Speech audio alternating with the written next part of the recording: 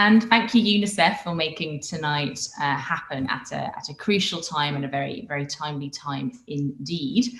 My name is Laura Round. I am an Associate Director at Freud's, and my background is in government, where I used to be a Special Advisor at the Department for International Development, which is obviously the topic of this evening, but also worked at the Ministry of Defence and the Government Equalities Office. I, as Susie alluded to, am the host of the What Were You Thinking podcast, which is in partnership with the Big Tent, where I speak to politicians, business leaders and opinion formers about the experiences that have shaped their thinking and politics. And Anne-Marie Trevelyan is indeed the guest this week, and an excellent one indeed. I very much hope that you, if you have a phone in your hand, or obviously you're all on your computer, if you click on the link and subscribe and have a listen. We've had Rory Stewart and Nick Timothy and Nimco Ali and a whole range of guests already, and many more lined up. I was also told I can pass on the discount code. So if you are tempted to become a member of Big Tent, which I urge you to do, because not even is £6 a total steal, you get 3 months for free if you use the code podcast. So do have a look at that. But this evening we are discussing international development, and the 24th of November marks exactly 1 year since the Conservative Party published its manifesto. And in it, they stated that the UK's work in helping to reduce global poverty and fight climate change were reasons for the UK to hold its head high. They also committed to stand up for the right of every girl in the world to have 12 years of quality education and end the preventable deaths of mothers, newborn babies and children by 2030. 1 year on, obviously none of us could have quite imagined what 2020 had in store for us. Not only is COVID-19 bringing unprecedented disruptions, climate change continues to do so as well. So this evening, I'm really pleased with the lineup of speakers to discuss all of this. Anne-Marie Trevelyan, very, very recently appointed as the UK International Champion on Adaptation and Resilience for the COP26 presidency. And until not that long ago was actually Secretary of State for International Development. So amazing to be able to bring and marry those two areas together in your new role, Anne-Marie. And I think also just to thank you for sticking with us tonight, because when you agreed to speak, you were an interim backbencher and obviously had a lot more freedom to speak about a whole range of topics, and understand that you're now bound by government duty. So appreciate you probably have to stick to climate change and COP26, but thanks for sticking with us and not cancelling, which is what some people sometimes do. Ranil Dissanayake is a policy fellow in the Sustainable Development Finance and Europe programs at the CGD, Centre for Global Development. Dissanayake is an economist with more than 15 years experience in international development policy, but he has also been a senior advisor to the governments of Malawi and Tanzania, and was also a senior economic advisor to the chief economists in the UK's Department for International Development in the good old days between 2016 and 2020. So huge expertise to bring to the table this evening. And Joanna is Director of Advocacy at UNICEF UK, leading the organisation's work to ensure that the UK government puts children's rights at the heart of policy and practice in the UK and around the world. Prior to this, Joanna worked for the Overseas Development Institute and also Bond. So I think to kick off, Anne-Marie Trevelyan, would you like to open tonight with some opening remarks? Thank you very much indeed, Laura, and it's an absolute pleasure to be with you all this evening. As you say, you never know in politics what's going to happen next, and I am now given this really new challenging role as part of the COP family. The last year, as you say, has been this global crisis with the challenge of a pandemic and how all countries dealt with it. Western countries have had challenges for lots of reasons. Developing countries have had different challenges.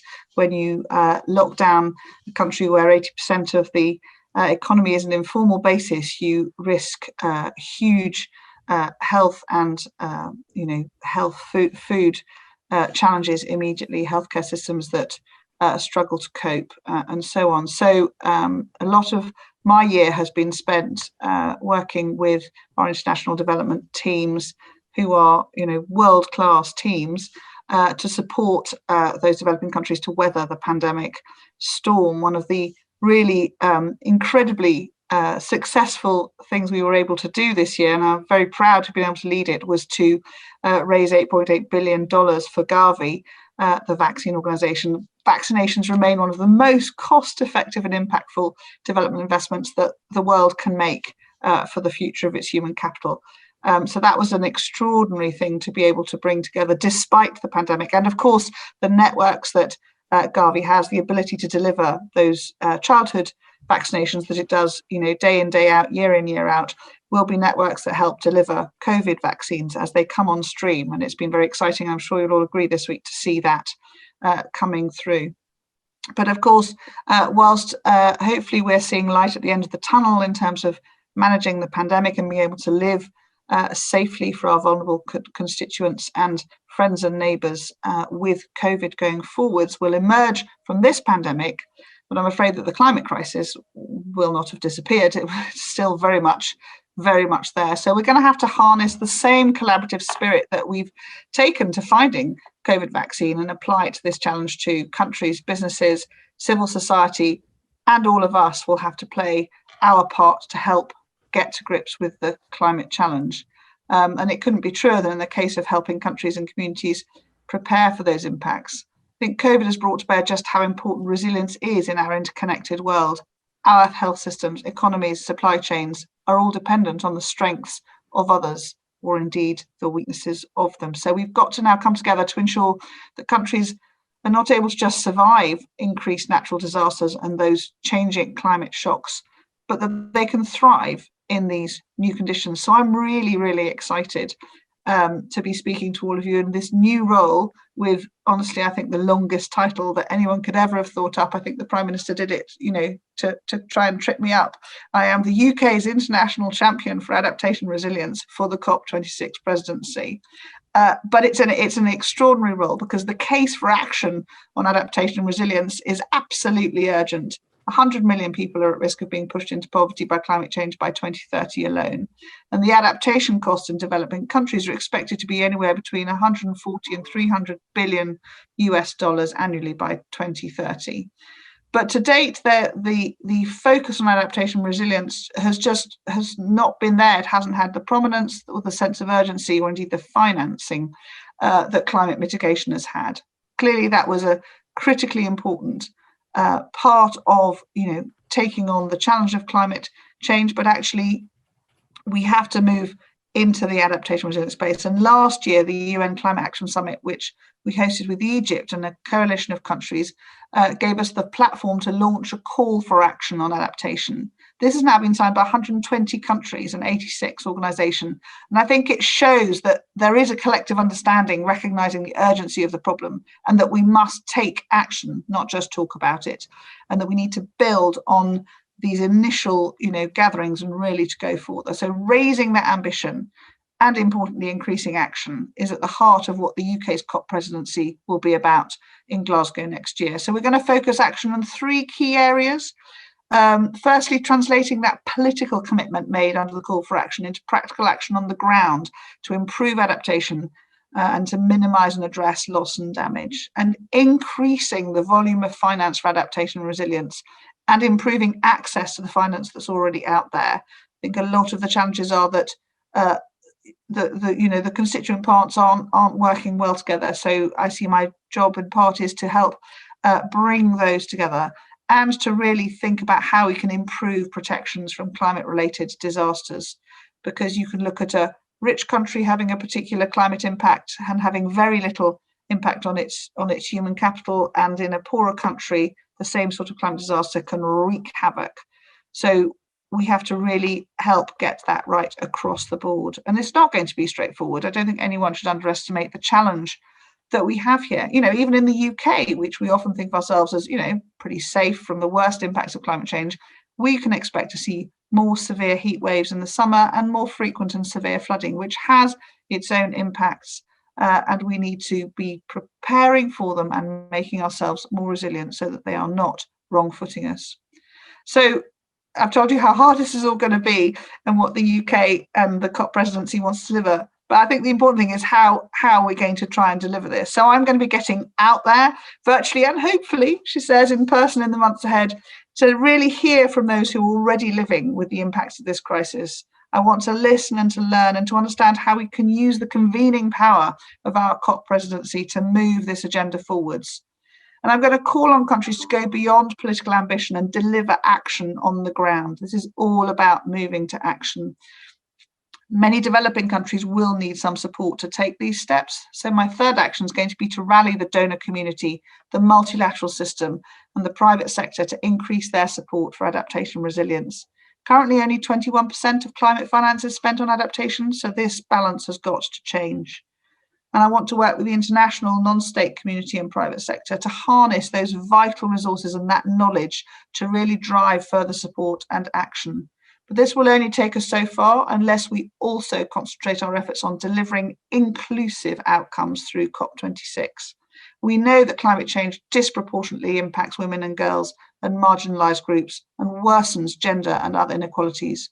75% of people displaced by natural disasters are women and children, and they are up to 14 times more likely than men to die during climate-related disasters. So through our presidency, we will also support women's climate leadership and empowerment and use our platform to empower and amplify the voices of those whose views are often most marginalised, addressing their needs and priorities in the run-up to and the COP itself.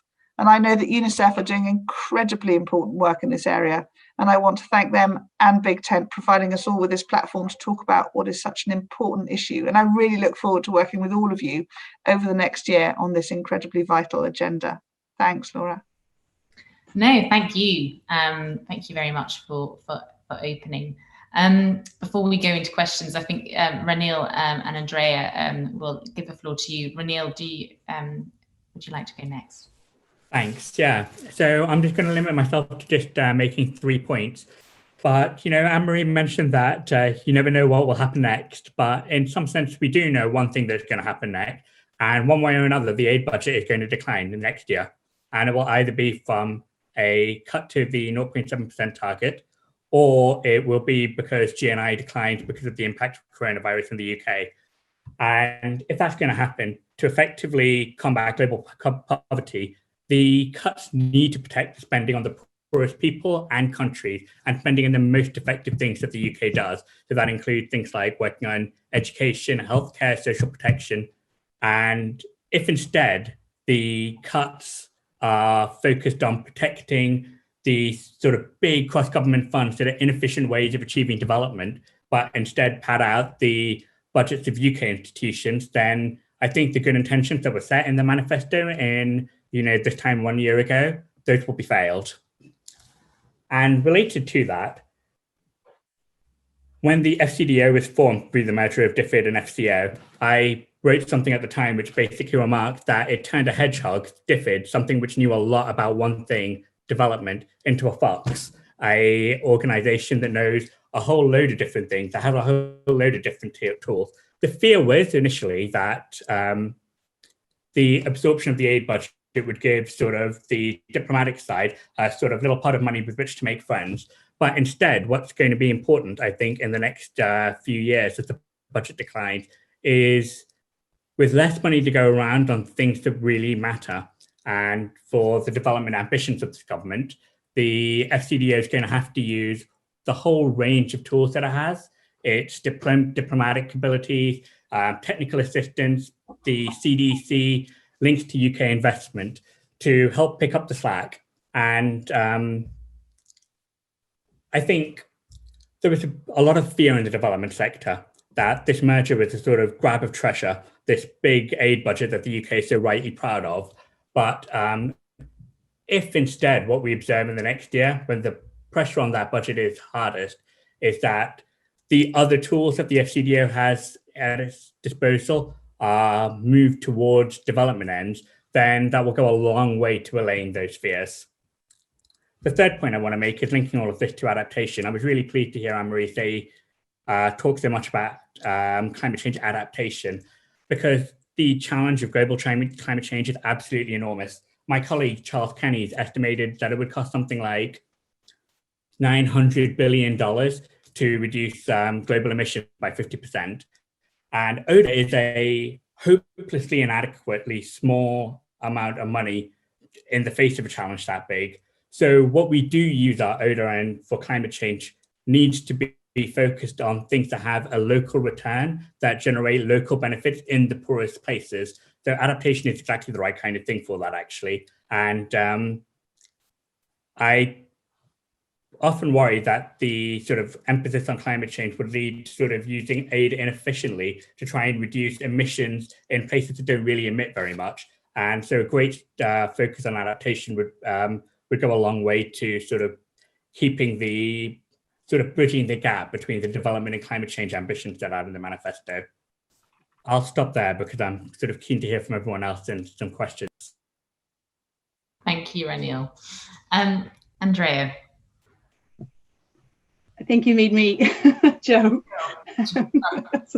I said it, I was like, that's okay. That's my colleague who I haven't called.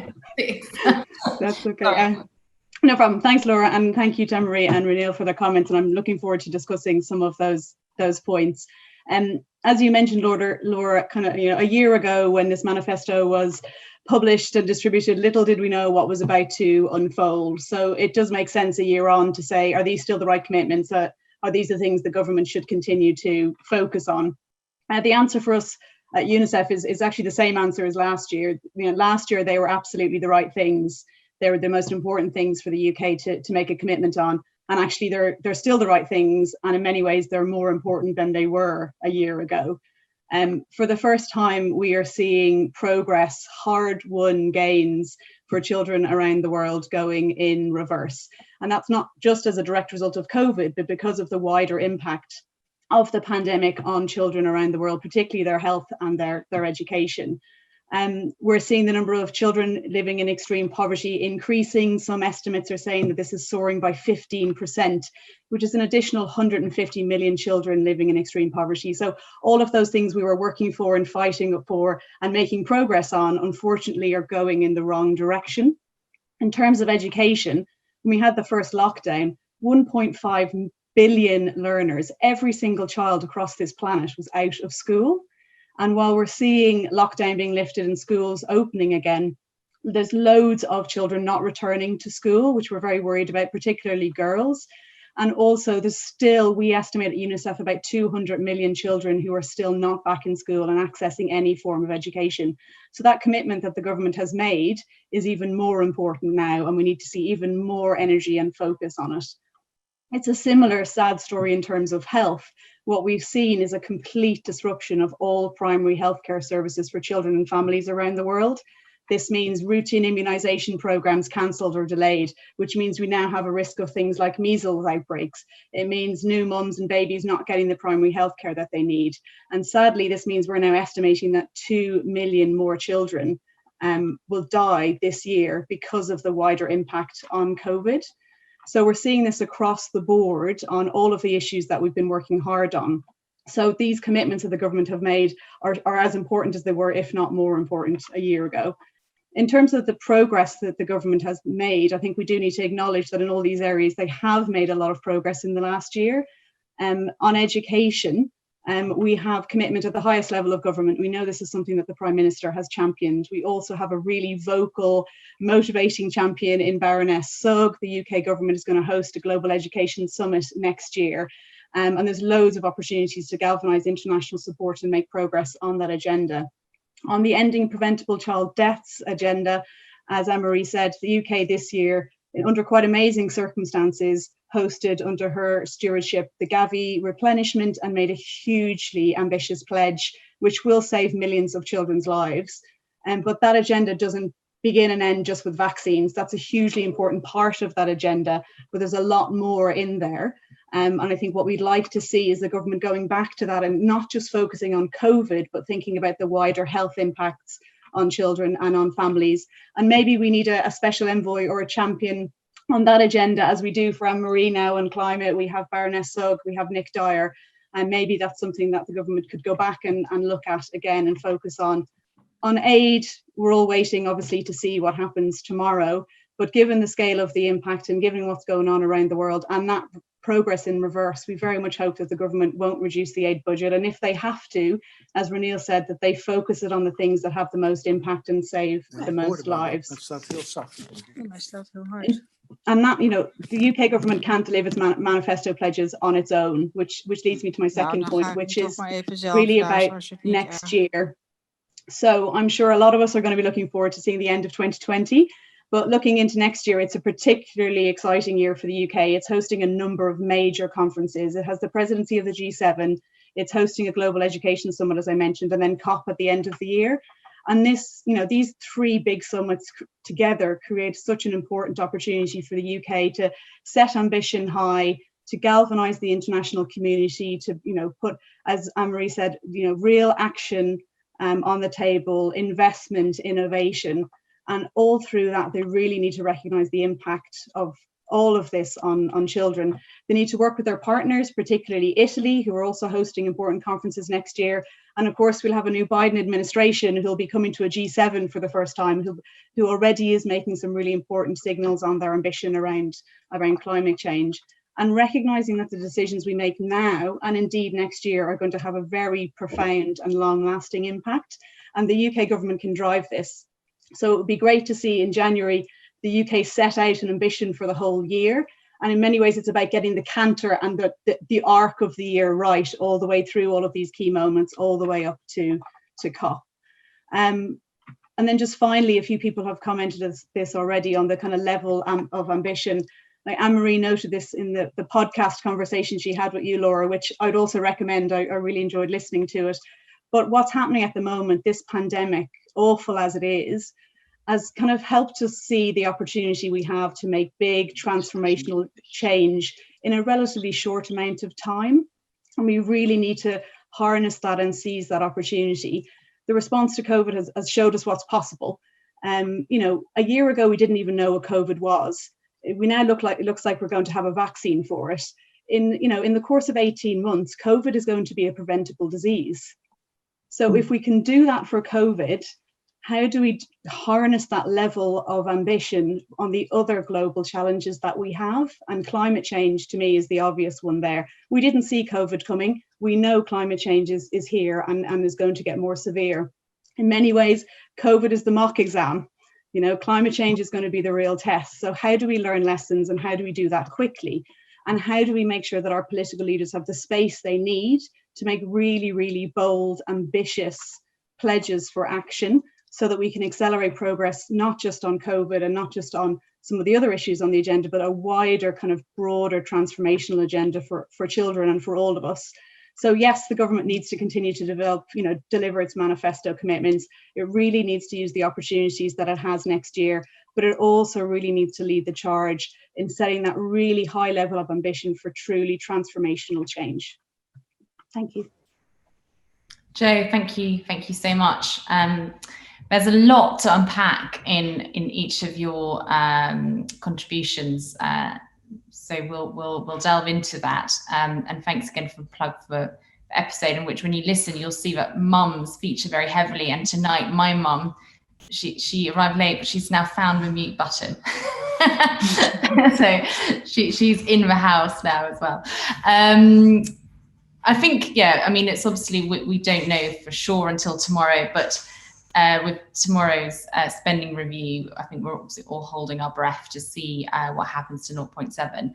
And it is obviously undeniable that this country is facing one of its biggest challenges to date, and many very, very difficult decisions are having to be made. But I totally echo your points, Jo, on cutting the aid budget during a global pandemic will have consequences and risk lives both at home and abroad, and also, of course, the impact on education. But I think more importantly, just on the point of international in the international landscape, it's changing so radically now with Biden, which is great news from also climate change and COP26 perspective. But also, I think when it comes to international development, I think this definitely will he'll have very different views on that than his predecessor. But 2021 is a unique year for the UK because we've got the presidency of the G7 and COP26. So, this is a great time to continue showing international leadership, hopefully, rather than backtracking on in an area where we are actually renowned and considered a world leader. But to move on to the more positive side of things, Anne-Marie, why are these summits, G7 and COP26, so important, and how can the government make the most of them? And also, if you want to come back on points Joe and Ranil raised, please feel free to do so as well, Anne-Marie. Thanks, Laura. So yes, 2021 has some really, really important events anyway, and we are hosting both. I think it provides a fantastic opportunity for the UK to highlight the importance of sustainable and inclusive development and to really push it at the heart of the international agenda. I think the G7, which aims to promote economic stability and sustainable development by channeling its collective influence to galvanize global action on these vital issues of the day, will have a really profound impact this year. And I think having the US very much back in that multilateral space, will drive more energy.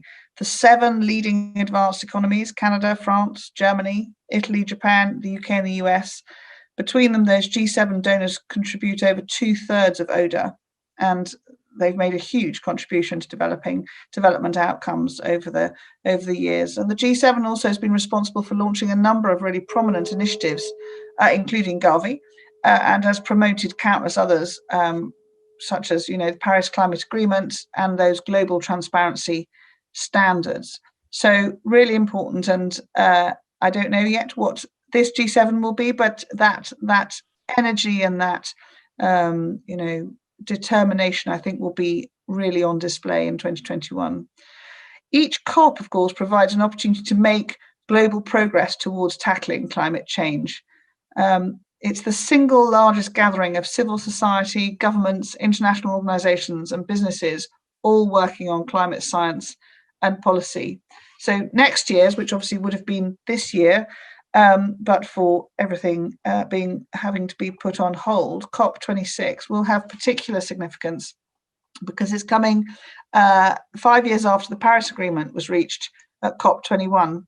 In 2015 at COP21, countries committed their first round of real solid climate pledges, what are known as nationally determined contributions, or NDCs. And by COP26, a second round of pledges is due. So as the president of COP26, the task ahead of us is one of the most significant and complex challenges that the UK and the world have ever faced. As Drew says, if we thought the pandemic was a challenge, I like that it was the mock exam. It was a challenge all round, and we're still writing the essay, I think. But we're going to need collective agreement to bend the curve on greenhouse gas emissions. And that second arm, which has been neglected to date, supporting those countries to adapt and be resilient to climate shocks. We've got to avert environmental breakdown and show that climate action is accelerating and irreversible. And we've got to mobilize that global public and private finance needed to support developing countries to make those transitions on the ground. So it's going to be a once in a generation opportunity for the UK on the world stage at COP26. And I think every day is going to count in the year ahead as we get to those delivery points. Thank you, Anne-Marie. Yeah, I mean, hugely excited for COP26. I think it's probably the first one where, people actually sort of know it's coming. I mean, there's been so much hype around it and people actually understand what it is now because climate change moved up the agenda. So big shoes to fill for the UK to put on a big conference. But I look forward to what's coming down the line. So we've had quite a number of pre-submitted questions, which is great. And I think Francesca Rhodes from Care International asked a question for the panel, saying, how do the panel think the UK can continue its commitment and leading work on gender equality and women's rights through global leadership and FCDO programs and policy, over and above the commitment to girls' education, which was in the manifesto? Ranil, do you want to come in on that? So I think this is one area where, as I said, there's a real synergy of possible tools that we have. And I think it's not just about the money and the programs that we can sort of implement through girls' education. It's also about diplomacy and diplomatic pressure. In many countries in the world, there are legal and regulatory restrictions on the freedom that women have. And those are things that a few well-placed projects or a few £1 million here or there probably can't push, can't change. But diplomatic pressure and diplomatic engagement can do much more about. I think this is generally an agenda where the stakes are extremely high, and the merger of DFID and FCO gives us possibly a better set of tools to addressing it. And I would really like to see that that potential be acted on. And it's not really clear yet whether it will or it won't. So, I'm looking. This is something that I think we'll only really know whether the UK's action will meet its ambition in a year or two. Jo, do you want to come? What are your thoughts on it? So I'd certainly agree with that. I think the other thing is to not look at the manifesto commitments on their own in isolation, but to think about how they all speak to each other and how they're connected. So Anne-Marie talked about how climate change is having an impact on women and girls. We know that climate change will disrupt health systems and education systems. What does that mean for children's rights, girls' education? But thinking about all of those things are important in their own right, but actually they all need to speak to each other, and they need to make sure they're reinforcing each other. And through all that, whether it's climate change or education or health, always thinking, well, what is the impact on women and children? What is it that we need to do to make sure that they can continue to realise their rights, access the services they need, whether that's education, reproductive rights, making sure that education systems can function in the face of climate change or other pandemics. So I think it's just taking that more integrated approach and thinking about how the different manifesto commitments need to speak to each other, and how do you reinforce them to make them individually stronger, but together deliver more than just those individual standalone commitments. Jo, there's actually another question that's come in for you specifically, and others who might wish to comment on it. You spoke about the importance of access to education, especially for girls, and the drop in primary care access impacting new mothers. I wondered, and this is from Louise McCudden, I wondered if you could comment on the importance of access to contraception as well in that context. Certainly. So in terms of that, of course, that is a part of all of the healthcare that women should be able to access.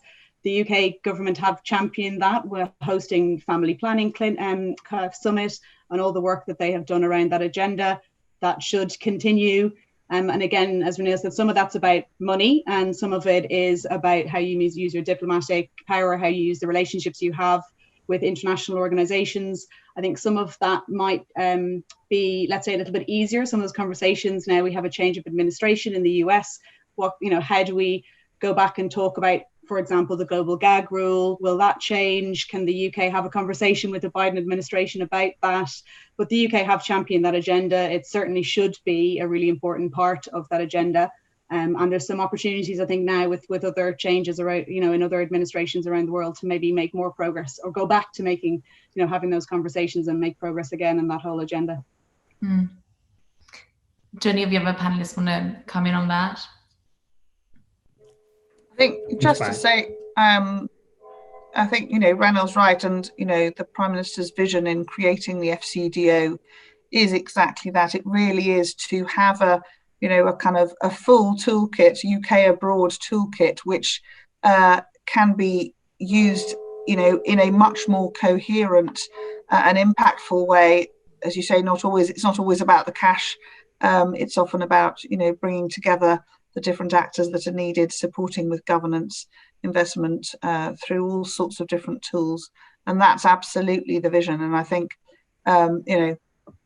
there are challenges in any kind of merger with cultural challenges. But actually what's really interesting is the challenge is probably only really in the Whitehall, because actually out in country at post, this sort of happens instinctively already in ways that I think I discovered that other countries are much more impressed by what we can deliver for them with the toolkit that we bring in post than perhaps we realise ourselves. We're probably our own harshest critics, and I was constantly delighted at the wonderful joy of being the chief of any organisation to receive this endless stream of compliments and gratitude that the package of tools that the UK brought, be it from the ambassador and their network through to a particular DFID project, was always incredibly impactful. So I think what we're trying to do with SUD is to really harness that all the way through to the centre and make sure that it's coherent all the way through. And I think when we've got that working, day to day, in the way that it works at post in so many countries, we'll have something incredibly powerful. Great. I just want to bring in David Watson from the ODI, who I know he has a preference to ask a question himself about G7 and COP26. David, I'm hoping you're here. If you are, can you unmute yourself and please ask your question? I am here, Laura. Thanks very much, and thanks to the panelists for their introductions. A really important and interesting conversation so far. Actually, you've already touched on my question, so but I mean these are two very important events. So I hope that colleagues will indulge me in reiterating the question, because I think these are sort of prescient and pertinent moments ahead of us. So the question is, how can the UK government maximise the synergies between its G7 and COP26 presidencies for development progress and climate action? And particularly was looking forward to coming today to hear from Anne-Marie, of course, in her new guise. And we are waiting with anticipation to find out what the UK's priorities and ambitions will be for the COP next year. And we're thrilled when Anne-Marie's role was announced, and really looking forward to working and with her and supporting with her in the months ahead.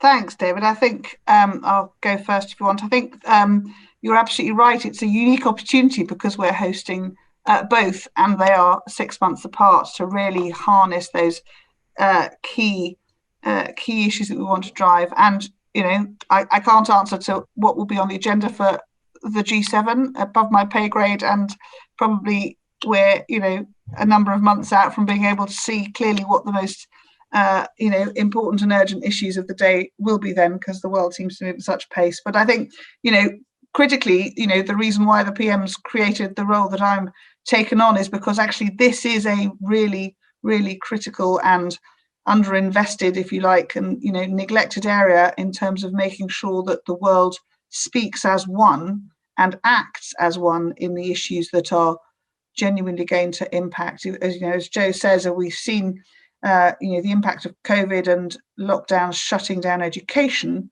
has an unbelievably long tail to it now. I'd like to see, for I'm not entitled to an opinion, but I'd like to see that front and centre, I think, as a G7 topic, because it's critical.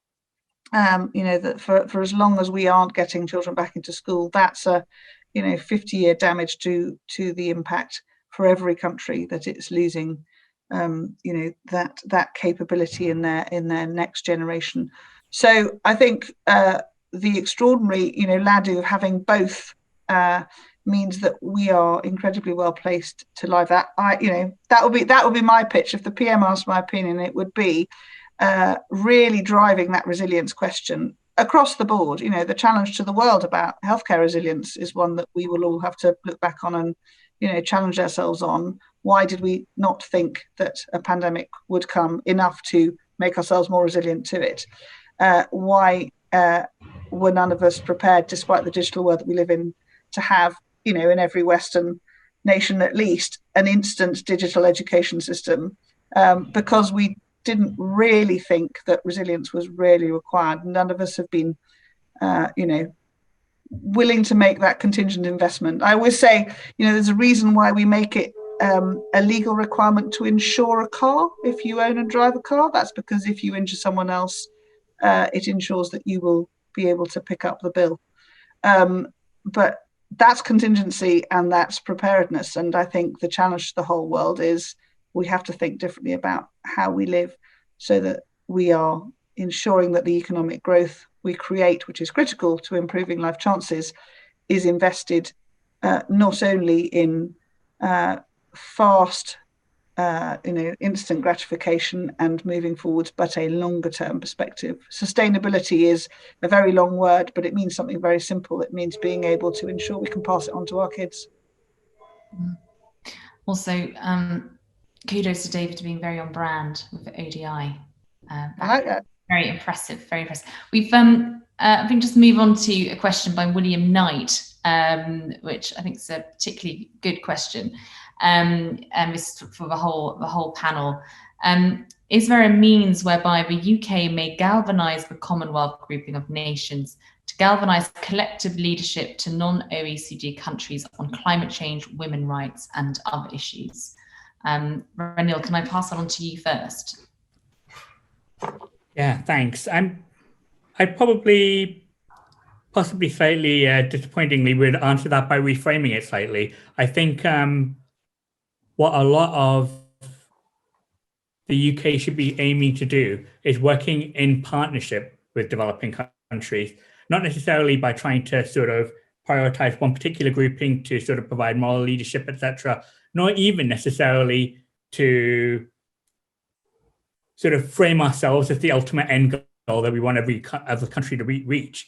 But what we should be doing, and again, the creation of FCDO gives us an avenue to do it, even if we, which I hope we'll take actually, is working bilaterally and multilaterally, I guess, but also working with partners in each of the places where we have a presence to understand what do they want, how do they want to sort of move forward, what capacities and capabilities do they have in place, where can we help them push forward, and where can we put, as you often need to do in an equal partnership, pressure on them to do better. So I'm not sure that the answer is necessarily about the Commonwealth or any other specific grouping, but about a general philosophy of how we operate in the world. Jo, do you have any thoughts on this one in particular? I think quite similarly, I think the UK should use every opportunity it can, whether it's CHOGM or it's a G7 or it's a member of a G20, you know, where are all the places they can push for ambition, and, you know, how to kind of make all of next year come together in a coherent way. There's a lot of talk about how we build back better. And I think that, you know, is in danger of becoming a bit of a hollow phrase. But the UK could actually, you know, set out a really ambitious stall in January, being like, this is actually what 2021 could deliver for the world. And here are the places where, you know, world leaders are going to come together. This is where we can galvanize international support, where we can connect, you know, education and climate and health, and set out a really ambitious agenda, and then hold itself to account and other countries to account. And, you know, the UK's got really good forum when it comes to G7 and G8s. You know, 2005 we had Gleneagles, you know, hugely significant partner, you know, deliverables on debt relief and aid. Then we had 2013, that was the year that David Cameron's government delivered the 0.7 pledge, and 2 years later enshrined it in law. You know, we should be thinking about 2021. How can this Prime Minister and this government set out a really ambitious agenda that brings us through all of these key moments and connects them all together? And maybe that's how you say, this is what building back better looks like. And we're going to use all the power and influence we have in all the various places where we sit, or we'll be convening next year to drive the really ambitious agenda throughout all of these opportunities. Great. Anne-Marie, I've got a couple of climate related questions for you. Firstly, you know, some people point out, why should developing countries act when the developed world is not delivering on climate finance? What do you say to that point? It's a really, really important question, Laura, and the UK is absolutely committed alongside other donors to jointly mobilising, as Joe said, that 100 billion per year in climate finance to support developing countries.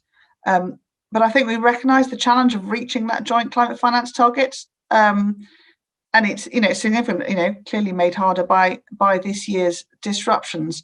But I think efforts towards it are really increasing. So the UK doubled our international climate finance to at least 11.6 billion over the next 4 years.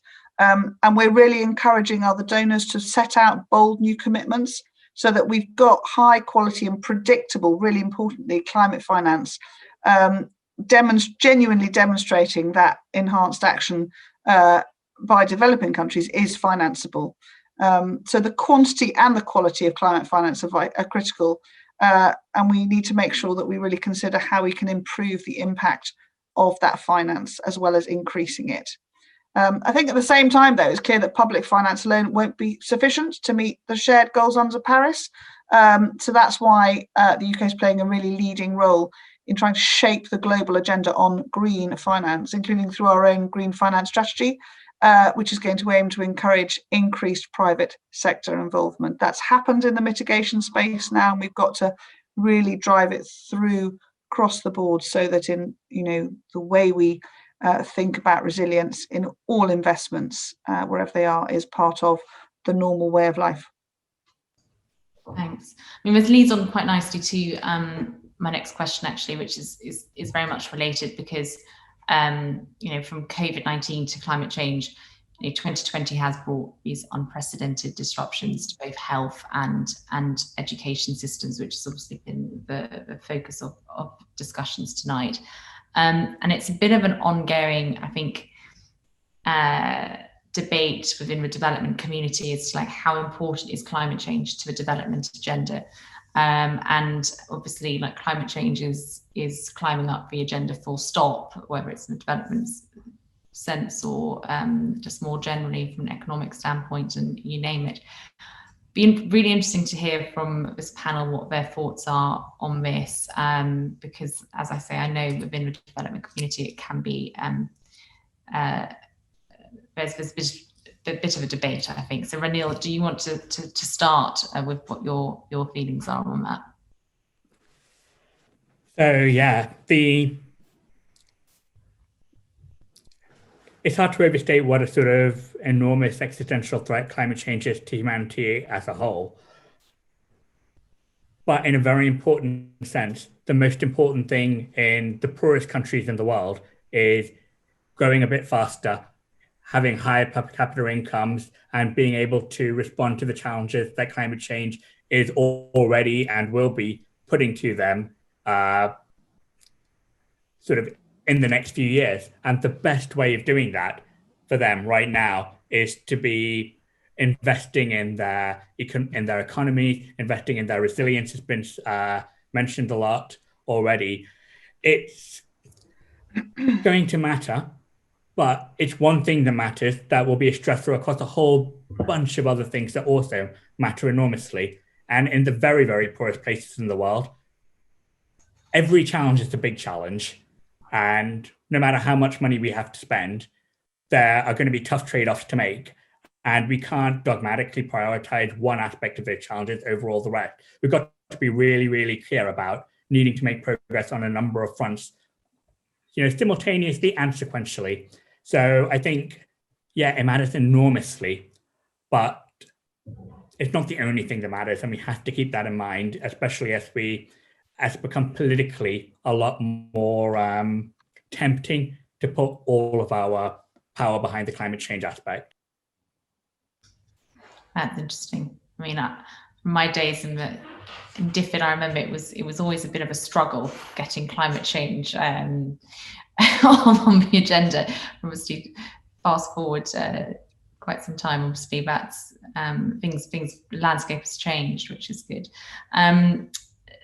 Joe, I've got another question that I want to finish off with you. So can I just ask Anne-Marie to just share your thoughts on this one before we move to Jo for the final. Yeah, no, absolutely. I mean, I think, COVID-19 has been such a powerful reminder of the world's vulnerability to systemic risk. Climate change, habitat and biodiversity loss pose a major threat to global prosperity and security, particularly in our most vulnerable countries. And even, I think, one have to always remember, even if we managed to stop all emissions rising from today, the world will still be needing to deal with significant climate disruption for decades ahead. And climate change affects lives and livelihoods, and it reshapes economies and literally landscapes and communities. And those impacts are already being felt across the world and across all sectors of economies, with the most vulnerable communities being hit the hardest. Without action, you've got climate change pushing more than 100 million people within developing countries below the poverty line by 2030. And the Global Commission report on adaptation found that without adaptation, climate change might depress growth in global agricultural yields by up to 30% by 2050.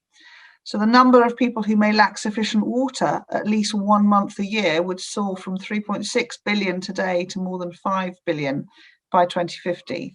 And of course, as we've discussed, climate change has this disproportionate impact on women and girls, putting an even greater unfair burden on those future generations. So for me, we need to tackle the causes and adapt to those impacts is vital, so the success of other goals on the development agenda have more chance of being achieved.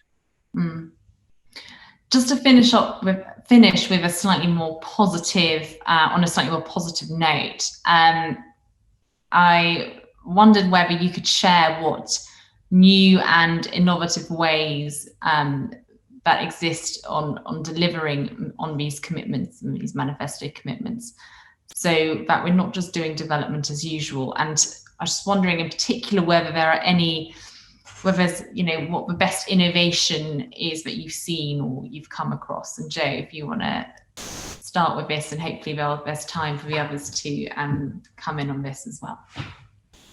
Sure. I think what COVID has done is it accelerated some trends that we were moving towards already. So people were starting to do things differently and slowly moving to digital ways of doing things. And I think COVID has forced an acceleration of that. And in many ways, there's no way, there's no going back. So I think we've seen examples where innovation that was started, or people were piloting small bits of how do you reach rural communities with digital tools, or how do you make sure that people can access maybe health support or advice digitally. People were nervous about that. People now have to do that. So I think on that, we're seeing loads of innovation where you can reach harder to reach places, where you're able to connect with people that it was more difficult to do beforehand. Not perfect, but I think we've seen even here, on our own doorstep, how we've adapted really quickly. And actually, how do we keep some of those things that are working really well? And how do we scale them up, and how do we make sure that means we can access more people, support more people, particularly things like health advice, being able to speak to somebody, being able to, you don't have to travel long distances to get some support and advice. So I think that move to digital is potentially hugely significant, and also could be in terms of climate change, in terms of reducing travel, other emissions. So I think that the digitalization of development, I think, is where there's loads of opportunities for us to make progress and accelerate progress. Great. Anne-Marie, is there anything you came across when you were at DFID that really excited you from an innovation perspective? I think all sorts of things in terms of the social protection programs, using digital methods to be able to ensure that there is less corruption in the system, and that the money gets to the mother who is doing the shopping. Those sorts of things, really simple but radically altering both the ability to deliver the impact of our development pound, and therefore the empowerment of those women and girls to actually take control of their lives. Another one, which I visited South Sudan at the very beginning of the year, with a confusing 3-hat trip. I was there as a minister from defence, and as a foreign minister, and as a DFID minister, because not many people go to South Sudan. So I got to do and see all sorts of things. I was visiting one of the UN camps in the north, with 30,000 people living in it. And they had recently, and it was a DFID project, they'd been running diesel engines to run the pumps for the water supply. So water was available at pumping stations throughout the camp for 5 hours a day. As a result of a wonderful, wonderful scientist who'd worked out with some clever maths, that actually by using some solar panels, they could not only stop having diesel engines, which was expensive. It was pretty hard to get the diesel to this very far distant point in the north of South Sudan. Not only were they therefore not pumping out diesel fumes and all that went with that, they were able to provide water for the hours of daylight. So there was 11 hours of water. So the queues disappeared in the camp. Girls were able to spend more time doing their work because they didn't have to stand in the queue to get water. Literally, for the change to solar panels, they altered the daily lives of that community of 30,000 people forever. It was extraordinary. Amazing. I know you have a very sharp end at 6, and I'm sure many people watching do as well. I am, however, very curious to hear what Ranil's answer is. I'm sure he's encountered many in his time. And for people who want to stay for another 15 minutes for an informal chat. But first, let me just hand over to Susie, who can explain a bit more about that.